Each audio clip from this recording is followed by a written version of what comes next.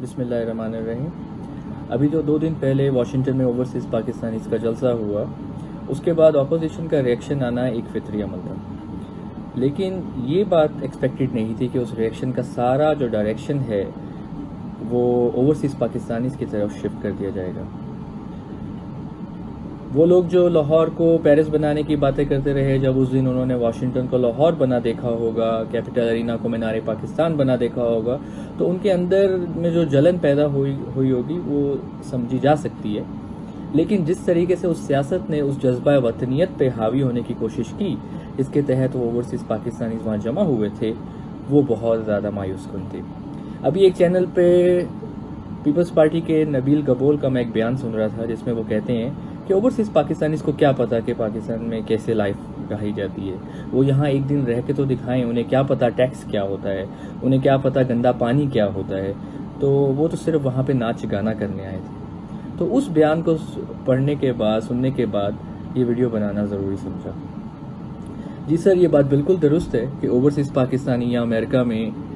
تمام سہولیات سے مزین ہے الحمدللہ، لیکن یہ بات بھی درست ہے کہ وہ اپنی کمائی کا، اپنی محنت کی کمائی کا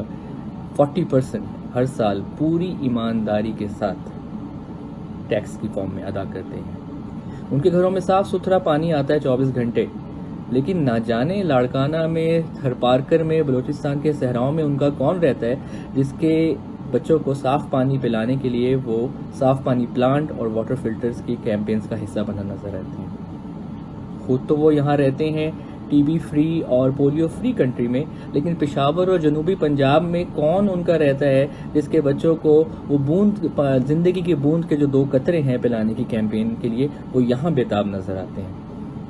ان کا یہاں انشورنس کے ذریعے مفت علاج ہوتا ہے، لیکن پھر وہاں کون رہتا ہے جس کے علاج کے لیے وہ ہر سال شوکت خانم، انصار برنی، ایدی ٹرسٹ، سہارا ٹرسٹ کو لاکھوں ڈالر ڈونیشن دیتے ہیں؟ آپ نے حساب کتاب تو کر لیا، لیکن تھوڑی اس میں جلد بازی کر گئے۔ جی، یہ اوورسیز پاکستانی امریکہ میں رہتے ہیں، لیکن ان کے ماں باپ مریخ پر، ان کے بہن بھائی چاند پر نہیں رہتے ہیں، وہ سب پاکستان میں رہتے ہیں جن کے ساتھ ان کا دل دھڑکتا ہے۔ آپ کو تو شاید اپنے علاقے کی خبر نہیں ہوگی، جہاں پہ لاڑکانہ میں جہاں 400 بچے، وہ بچے جن کو ABC سیکھنا تھی وہ HIV سیکھ گئے۔ وہ لاڑکانہ جہاں بھٹو زندہ ہے اور بچے مردہ ہیں، ان HIV زدہ بچوں کو علاج کرنے کے لیے جو ایڈز کنٹرول پروگرام شروع کیے گئے ہیں، ان میں نیو یارک کے بہت سارے ڈاکٹرز اس کی ڈونیشن میں اور اس کی کیمپین میں شامل ہیں۔ آپ نے تو تقریر کر دی اپنی سیاست کو چمکانے کے لیے، بہت ساری مذہبی کارڈ بھی کھیلے گئے، کسی نے کہا کہ ان 30,000 میں آدھے تو قادیانی تھے۔ تو بتانا صرف یہ تھا کہ جس جذبہ وطنیت کو آپ نے ٹھیس پہنچائی، وہ ایکچولی وہ جذبہ وطنیت تھا جو اس کراؤڈ کو وہاں لایا تھا۔ یہ وہ کراؤڈ تھا جو بریانی کی پلیٹ پہ 1,000 روپے کے نوٹ پہ جمع نہیں ہوتا، کسی محلے کے MNA MPA کی بسوں میں بیٹھ کے نہیں آتا۔ یہ وہ کراؤڈ تھا جو تب ہی آتا ہے جب لیڈر ایماندار ہوتا ہے، جب لیڈر اس کی بات کرتا ہے، جس پہ اس کو بھروسہ ہوتا ہے۔ یہ پڑھا لکھا کراؤڈ تھا جو اپنی مرضی سے کیا مسیساگا، کیا ٹورنٹو، کیا واشنگٹن، کیا نیو جرسی، کیا نیو یارک، شکاگو، کیا سیاٹل، کیا نیو میکسیکو، کیا اوکلاہوما، کیا فلوریڈا، کہاں سے بھی نہیں آیا تھا۔ جو نہیں جا سکے تھے وہ ایک دوسرے کو فون کر کے بولتے رہے کہ یار اٹ واز اے بگ مس۔ تو بتانا صرف یہ تھا کہ آپ لوگوں کو شاید عادت نہیں ہے ایسے کمیونٹی سے ملنے کی، کیونکہ اس سے پہلے جو وزیر اعظم آتے تھے وہ واشنگٹن میں ایمبیسی کے بند کمروں میں اپنے ڈبو اور لڈو کے کچھ دوستوں، 2-4 سفارتکاروں، 5-6 بزنس مینوں اور بھاڑے کے اپنے جو بیوروکریٹس ہیں ان کو بلا کے کمیونٹی سے خطاب کر لیا کرتے تھے۔ کمیونٹی سے خطاب کیا ہوتا ہے، کمیونٹی کس کو کہتے ہیں، اس بندے نے سب کو کر کے دکھا دیا۔ ظاہر ہے اس کی یہ کامیابی آپ سے ہضم نہیں ہوگی، لیکن خدا را اپنی جلن اور اپنی جو اندر کی نفرت ہے اس کی آگ سے اوورسیز پاکستانیز کو محفوظ رکھیں۔ اگر اس جذبہ وطنیت کے تحت وہ وہاں آ گئے تھے تو اتنی تکلیف کہ سب کے اندر کا سلیم صافی، سب کے اندر کا حامد میر امٹ کے باہر آ رہا تھا۔ اگر یہ overseas Pakistani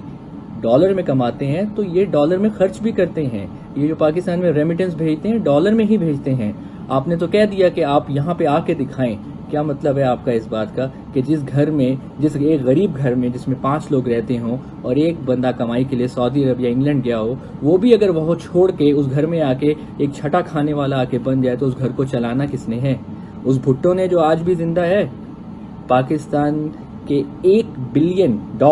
remittance overseas Pakistani ہر سال بھیجتے ہیں۔ آپ پچھلے 10 سالوں میں برآمدات کو تو نہ بڑھا سکے، لیکن آپ کو حساب کتاب پتہ ہے تو یہ معلوم ہونا چاہیے کہ یہ ریمیٹنس پاکستان کی کل برآمدات کے برابر ہے۔ تو آئندہ آپ کا جب دل کرے سیاست کرنے کا، ایسی تقریر کرنے کا، ایسی تحریر لکھنے کا، تو اس سے پہلے تھوڑی حساب کتاب اچھے سے کر کے آئیے گا، کیونکہ یہاں پہ اگر آپ کے ذہن میں یہ ہو کہ اوورسیز پاکستانیوں کو سیاسی شعور نہیں ہے، انہیں سیاسی تدبر نہیں ہے، تو یہ بھی بہت بڑی خام خیالی ہے، کیونکہ نہ صرف وہ پاکستان میں رہ چکے ہیں بلکہ وہ یہاں ایک سویلائز سوسائٹی میں بھی رہتے رہے، جہاں پہ ہر روز ان کو یہ درس ستاتا ہے کہ یہاں پہ جو باہمی احترام کا جذبہ ہے، جو فرض شناسی کا جذبہ ہے، جو ایک دوسرے کے حقوق کی ادراک کا جذبہ ہے، وہ ہمارے ملک میں کیوں نہیں ہے؟ شاید یہی وہ درد تھا جو ان کو اکٹھا کر کے اس 3,63,000 پاکستانیوں میں سے جو امریکہ میں رہتے ہیں 30,000 کو وہاں پہ لے آیا تھا۔ آپ تو ابھی بھی گنتیوں میں لگے ہوئے ہیں کہ 9,000 تھے کہ 19,000 تھے کہ کتنے لوگ تھے، تو آپ اس گنتی میں لگے رہیے، لیکن اپنے بغض عمران میں اتنا آگے مت نکل جائیے کہ وہ بغض پاکستان بن جائے، کیونکہ یاد رکھیے گا، جس چمنے زار کا ہے تو گلے تر، جس چمنے زار کا تو ہے گلے تر، بلبل اس گلستان کے ہم بھی ہیں۔ شکریہ۔